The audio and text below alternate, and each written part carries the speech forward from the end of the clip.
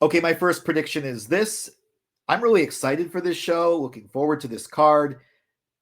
But because it's in Perth, Australia, and airing at 8 a.m. Eastern for me, I predict that I will not be watching it live, though I will be watching it later in the day. What about the rest of the card? Well, welcome to Silo Voice Wrestling. I'm Jason C. McLean, and these are my predictions for Crown Jewel Perth. I'm recording this Thursday, October 9th in the evening, so I haven't watched the next SmackDown when I'm recording this, though this will probably come out after the next SmackDown airs live on Netflix, though it will be before SmackDown airs in the US, which is 8 p.m. Eastern. I'm actually going to make a point of getting this video out before I watch SmackDown. Another sort of general prediction I have for this is that Brock Lesnar might show up in multiple matches. One place I doubt he'll show up is in the Women's Crown Jewel Championship match between WWE Women's Champion Tiffany Stratton and Women's World Champion Stephanie Vaquer. It also would not surprise me if this match opened the show, because it's babyface versus babyface, and while they've maybe hinted at turning Tiffany heel, that's not going to work in Australia. That's the place where she became a babyface first, even though she was still officially a heel. They started cheering for her. Now, keeping that in mind, the fact that it's in Australia, it kind of leads that maybe they're going to let Tiffy get the victory. But other things lead me in the opposite direction. Namely, they keep hyping the fact that Tiffany Stratton's undefeated in 2025. And one way to have her defeated without her having her lose the championship would be in this match. Also, Stephanie Vaquer, I cannot see them having her lose in her first singles match since winning the championship. There's a match before it on SmackDown. I think they're both going to win that one too. So that leads me to believe that Stephanie Vaquer is going to win. I think it's going to be an incredible match. I think it's going to be really good. There's not, I think they're keeping them both babyface, at least for now. Maybe they'll meet again under different circumstances, like at WrestleMania, one of them loses their championship and the other one wins and also wins the Royal Rumble, something like that. Maybe they're fighting over a championship. Then maybe one will be babyface, one will be heel. It could be different. But for this match, I think it's going to be really fun to watch, a nice competitive match, a respectful match, and I'm predicting Stephanie Vaquer is your 2025 Women's Crown Jewel champion. And I hope she doesn't have to. Liv Morgan looked terrible with that belt. Stephanie, we'll see. At least they got the ring now. We have John Cena versus AJ Styles. And AJ Styles on Raw was absolutely correct when he said this match doesn't need a story, because there is the story. The story is they had a feud, one of Cena's last feuds a number of years ago, and this is one final time in the ring in Perth, Australia. Now, this is going to be a hell of a match. There's going to be a lot of false finishes, a lot of counters, but John Cena is going to win. That's my prediction. Why? Because I think Cena ultimately might lose his last match by putting over young talent. That's, I think, the whole point. Whereas AJ Styles is probably going to retire himself at the end of next year. He's already done a fake retirement, and it was believable sort of at the time before he pulled a Mark Henry.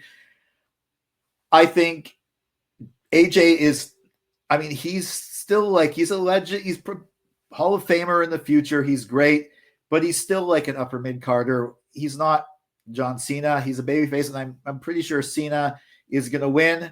They're going to shake hands. And if Brock Lesnar comes in, it's not going to interrupt the match, even though he did interrupt Cena, Sami Zayn, but that was because the championship was on the line. He might come at the end and we'll probably take out AJ first with an F5 and then destroy Cena again. If he comes at all, it'll be at the end of this match. But I predict John Cena is going to beat AJ Styles in their final encounter.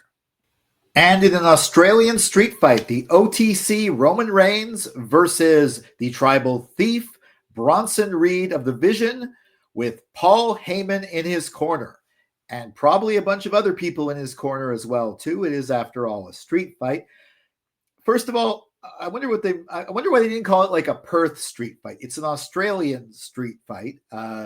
So I don't know, maybe there's going to be some didgeridoos around the ring or some other stereotypes. I doubt they're going to actually have a boxing kangaroo, but those things do throw a punch. As far as who's going to win, I actually think this is going to be a trilogy of matches. I didn't expect they do that with Bronson Reed, but wow, that's really elevating Bronson Reed. Roman won the first one. I think Bronson's going to win this one by a lot of interference and cheating, which I guess isn't cheating because it's a street fight. Obviously, Braun Breaker is going to show up. Maybe Lesnar, who knows? Maybe in this match, not sure. But the important thing is that Roman already told the Usos, in particular Jay, that he doesn't need the backup. So maybe they're not even going to come to Australia. And I can't see like CM Punk or LA Knight. Maybe they'll come in, back him up at the end after the match is over, to basically show Roman that he does need help. Because I think ultimately with this, they're setting up war games, and maybe they're trying to make Roman learn the lesson that he does need the support. And maybe, who knows, maybe even though they don't like him, LA Knight, CM Punk will come down because the Usos aren't even there. Not sure, but I do think that the Tribal Thief is going to get one on the OTC. And with a lot of interference, Bronson Reed is walking out, your winner of the Australian street fight. We have the Kabuki Warriors versus the team of Rhea Ripley and Io Sky. There's been some talk of Io Sky turning, rejoining her old friends. I think it's way too soon for that. I think it's also way more likely Kairi Sane turns after how Asuka treated her and has been treating her. Though then it would be like 3-on-1 baby faces against the one heel. I don't know. Maybe Asuka has other friends. Also, even if Io does turn, it's not going to work because I'm pretty sure this is the happy ending match for the local crowd. I'm pretty sure Rhea Ripley, who only goes to Australia once every 2 years, it seems, and is arguably the biggest, if not one of the biggest stars, period, not just female, but stars, period, in the industry. I'm pretty sure she's going to win. There had been some other speculation I heard in other sources, I can't remember where, saying that maybe Io was going to be taken out and Liv Morgan was going to come in. I guess it makes sense if she wants to get revenge on Kairi for putting her out. But, and I thought on Raw when Io took that hit that maybe that was it, but no. It's going to be a good match. I don't think it's the end. I think this is going to lead to Io versus Asuka in a singles match. Something's going to happen with the mist. Maybe somebody's going to get misted. Maybe Kairi's going to turn. I'm not sure. Kairi's going to, not go the distance, but ultimately Io and Rhea, or in particular, Rhea Ripley is going to prevail and get the win. And in what's probably the main event for the Men's Crown Jewel Championship, the undisputed WWE champion Cody Rhodes versus the World Heavyweight champion Seth freaking Rollins, presumably accompanied by Paul Heyman. Now, they've made a big deal about how Seth needs to win this for his own psychology, his own state of mind, and to continue on without doubt from Paul Heyman.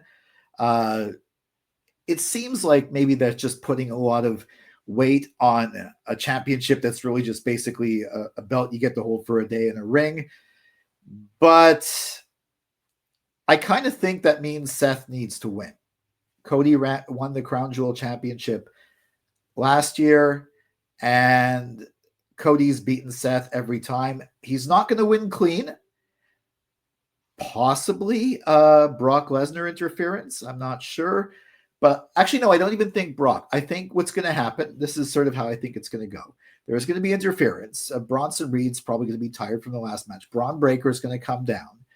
And Randy Orton's going to come down to, save Cody, take out Braun Breaker. Maybe they fight off to the back. At some point, there's going to be a ref bump. And Randy Orton slides back in, gives Cody an RKO after Cody got a visual pin. Slide out, wake up the ref. The ref goes in, counts 1, 2, 3. And that obviously is not because Randy Orton is aligning himself with or becoming part of the Vision. He might maybe team with them in War Games. I think a lot of this has to do with setting up war games. So maybe he'll team with the Vision in war games, but it would mainly be to set up a Randy and Cody feud. Now, I guess maybe they don't have that many more international shows in the next few months, because especially international, but everywhere, everyone loves Randy. But he's got to have that feud with Cody as a heel, and then maybe maybe even win the championship at one point, then drop it again, and maybe turn babyface again. I'm not sure it's going to happen here, but I think this will be a good place to do it. But regardless of how it happens, I predict that Seth freaking Rollins is going to win the Men's Crown Jewel Championship. And also both of them keep their belts. So it's not like, if anything, Seth is the one who put the pressure on himself. Cody doesn't have the pressure on himself. It's another reason why I think Seth is going to win. So what do you think of my predictions? Do you have your own? Follow at Silo Voice Wrestling on Facebook and Instagram, at Silo Wrestling on X, and me at Jason C. McLean on X and Instagram. Also, jasoncmclean.bsky.social on Bluesky for wrestling news and other written content. SiloVoiceWrestling.com. Make sure you like, share, subscribe, ring that bell for notifications for all my wrestling hot takes, cold takes, simmering takes, assorted thoughts on Raw and SmackDown, wrestling opinion pieces, and WWE Premium Live Event review and prediction videos. I will try to get a review of SmackDown in. Not sure, but I'm definitely going to have my review of Crown Jewel Perth. By the way, I think next year's Crown Jewel is going to be in England because it has a king, the same king as Australia. Yes, maybe they could just do it in Milwaukee. I don't know. I don't think they have a king there, but you have to have a king to do a Crown Jewel. Regardless, I'll see you next time for Silo Voice Studios in Montreal. I'm Jason C. McLean.